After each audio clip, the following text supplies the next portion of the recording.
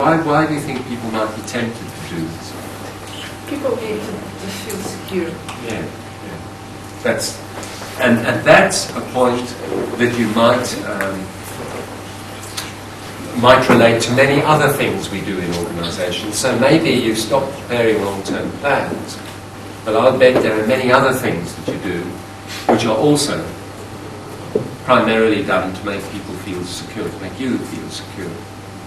So what then began to interest me a great deal about why we do things like long-term planning is that the idea that they serve some purpose. They're not stupid. We're not stupid. We don't do things without any reason.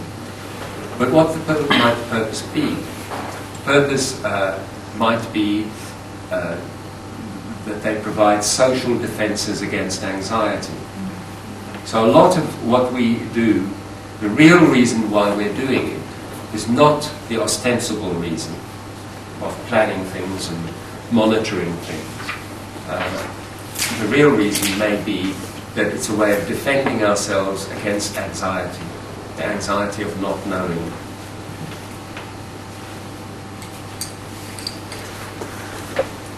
So I don't know if you can think of any things, procedures that might go in your organisations that are serving this purpose. It's a very useful question to keep asking yourself about your work in organisations. What is the anxiety that a particular activity might be defending against? You might ask yourselves questions about what is the anxiety of this kind of work. For example, when I moved to the university, one of the things that used to drive me nearly crazy was all these meetings I had to go to. And one form of meeting that I found bizarre beyond belief and got so irritated at that I couldn't stay there was the exam boards that we held. And these would last all day long, from about 9 till about 5. And would involve probably something like 30 people sitting around a large table, 30 members of the staff. And during that day, the chairman would read out hundreds of names of people who were on the undergraduate degree. And no one around the table knew more than a few of them. But we all had to sit there listening to this litany of names, and then we'd stop every now and again and hear about the doctor's letter because this one wasn't well when they wrote the exam, and it was this, and why did this one fail, and could we alter this mark, and could we do this, and it was just boring beyond belief. Why, I thought, can't there be fewer of us? And why can't someone just pick out the exceptional cases that needed to be discussed? Why did we have to go through all these names? And every suggestion I made about changing what we were doing was met with blank refusal to change it. They just thought I was a troublemaker, and that I should keep quiet. And I was told I had to be at these meetings. Now, what's going on? It makes no sense. It's not an efficient way to behave. So the question then, instead of getting angry or frustrated, is to ask this question about what's the anxiety. And when I began to ask myself that, the meetings began to make a bit more sense. What's the anxiety of being a teacher? Have you got any ideas what would be the anxiety of being a teacher? But first that sounded a silly question, having come from industry. I thought there isn't any anxiety here. And when I heard of colleagues having heart attacks, I thought, what are they having heart attacks for? It's such an easy life. What would be the anxiety? Any ideas? What would make you anxious if you're a teacher? Not having a response from students or the students in the class, for example. That might not be good enough, yeah? No, not that. No? Not that. You don't have the response that you were expecting. Oh, I see. Of the class, for example. Yeah, that could be. Well, the thing that struck me, particularly in connection with these exam boards, is, and I began to connect up, for example, when I'd mark a piece of work and write some comments on, and then the aggrieved student would come along and say, "Why have you given me this, Mark? Why only 55%? I thought this was really... Why isn't it the first? Why isn't it 80%?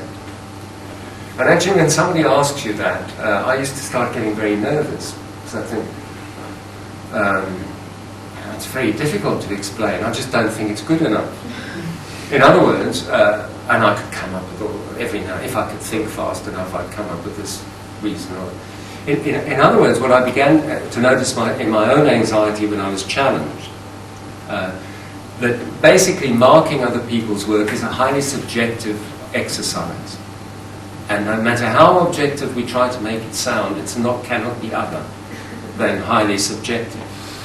So when I'm marking these papers by these students, I'm not just marking any old piece of paper that they haven't written upon. I'm actually doing something that's going to affect their lives, potentially. They might fail. And this is going to really affect their lives. And I'm affecting other people's lives on a very subjective basis, which sometimes I find quite hard to explicitly justify.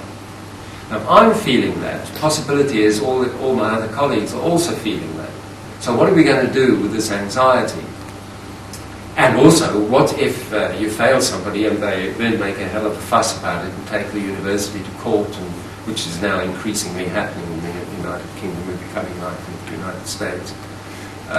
Then what? How am I going to defend what I've done? All these kinds of things. If you then think, well, none of us wants to hold this responsibility, this anxiety all on our own as individuals. But if we go through a procedure in which 30 of us are sitting there and we're checking one name after another, and we can then explain the procedure that we went through, and we had them all double marked, and then we had externals look at them, and then we had this long meeting, and we read out all the names, and we read all the doctors' letters and all this kind of stuff. Then we're diffusing the responsibility. They can no longer point their finger at me and say, you ruined this person's life, kind of thing. So I think that's a procedure then which enables us to contain, hold, or live with that particular anxiety. So that was one of the kind of things that I then wanted to begin paying a great deal more attention to. How are we together in an organisation coping with our anxiety? Now that's not normally something that's talked about in organisations, because talking about how anxious you are is itself anxiety provoking, and it's also shaming in our particular culture, or certainly in the UK one, where you're not supposed to display very much emotion, and you're supposed to be rational, especially if you're male, and sort of talking about feelings, especially feelings of being anxious, isn't very macho, and it's all a bit shaming, and we'd rather not talk about it. And as a result of that, we may end up doing things that are rather surprising. We can't really explain why these things are happening. So these two kind of areas of interest then began to be connected for me. One was around theories of chaos and complexity, and the other is about human dynamics, patterns of interaction between us, of which anxiety is a very important form. And if one begins to try to pull together these ways of thinking, how then would you make sense of your own life in organisations and of what we're doing in organisations? And why is that a practical matter? Well, because if you're doing things like comparing a 5-year plan, and all it does is help you contain anxiety, then you might be wasting an awful lot of time and money and effort, and there might be a better way of containing anxiety, which you might be able to discover if that's what you're actually focusing your attention on. There are other reasons why our way of thinking is very practically important. Let me give you another example of what's been going on at my university for the last year or so.